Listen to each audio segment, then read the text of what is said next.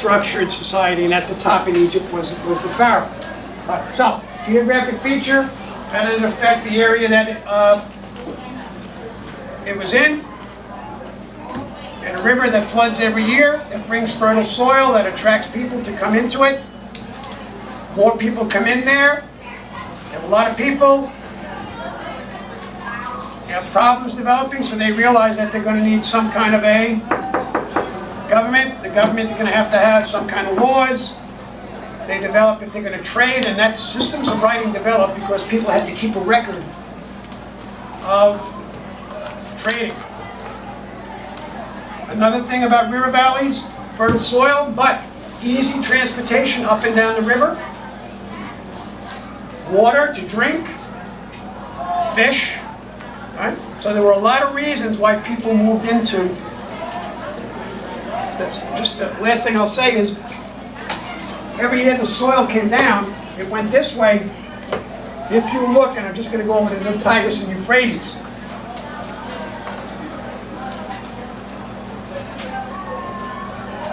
This is where the coast, a few centuries ago,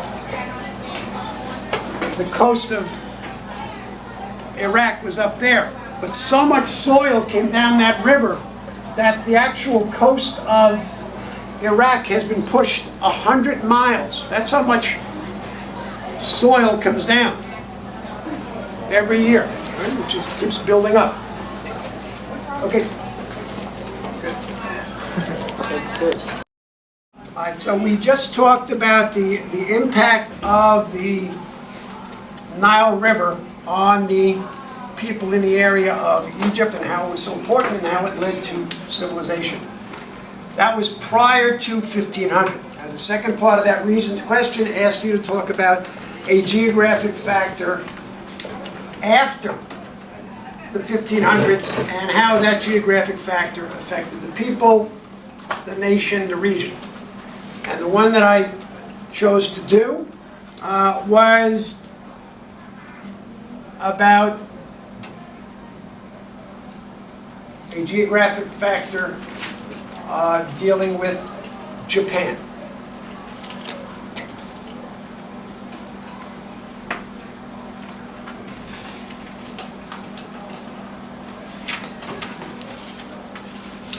Now, Japan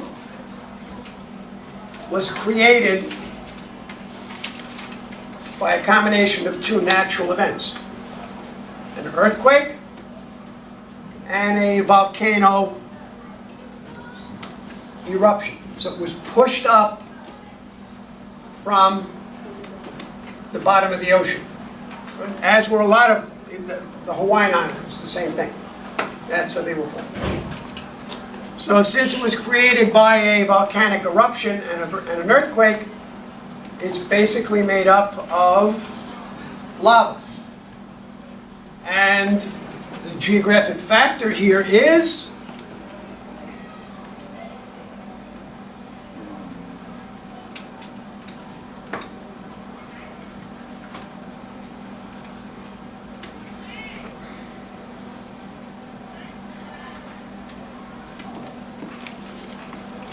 Japan has very few natural resources. And that's going to affect the history of the area. Specifically, we had talked about in class a period known as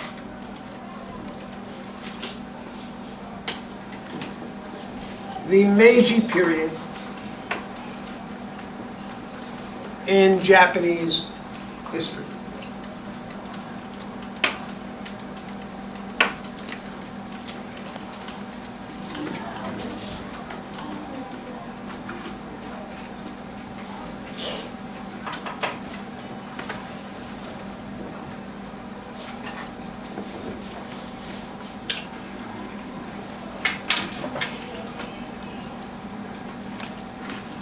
And in the Meiji period, Japan decided to modernize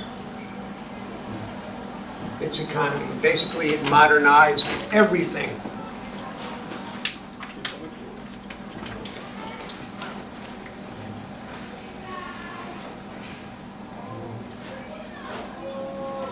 So the Meiji period, which was in the 1860s, Japan made a decision to modernize its economy.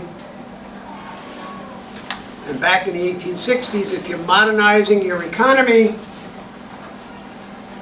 you're going to industrialize.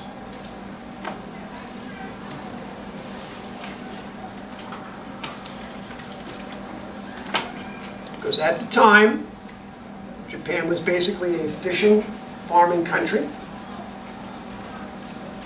with an army made up of samurai warriors, which were the main weapon of a samurai is a sword. So they modernized everything, including their economy. So you're going to, if you choose to industrialize, you're going to need two important natural resources. Wonderful.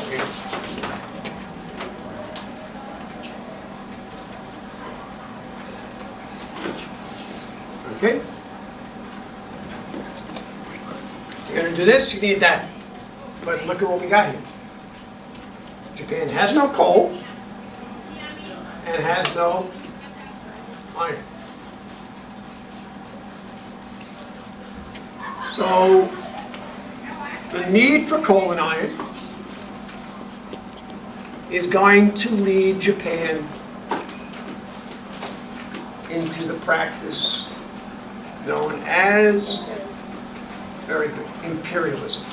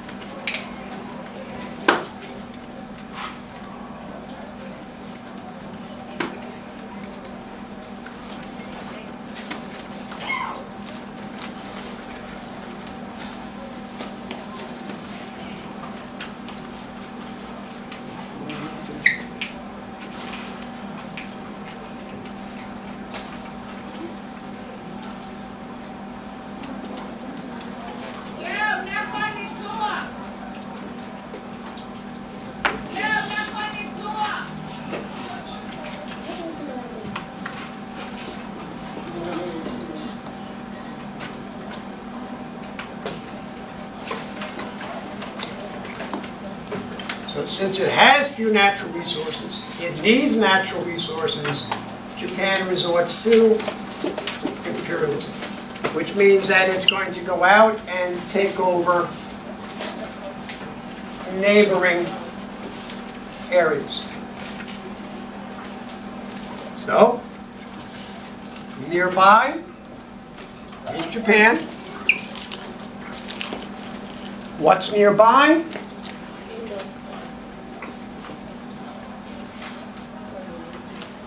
Korea, very good, and China.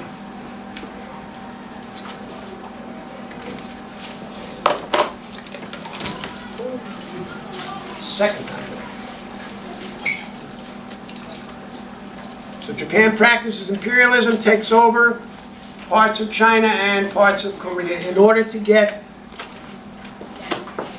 coal and iron, so that they can industrialize, which means to modernize, and they do it, and they become very quickly a modern country. And just to finish, in the 1930s into 1940, in order to get more natural resources and to continue to industrialize,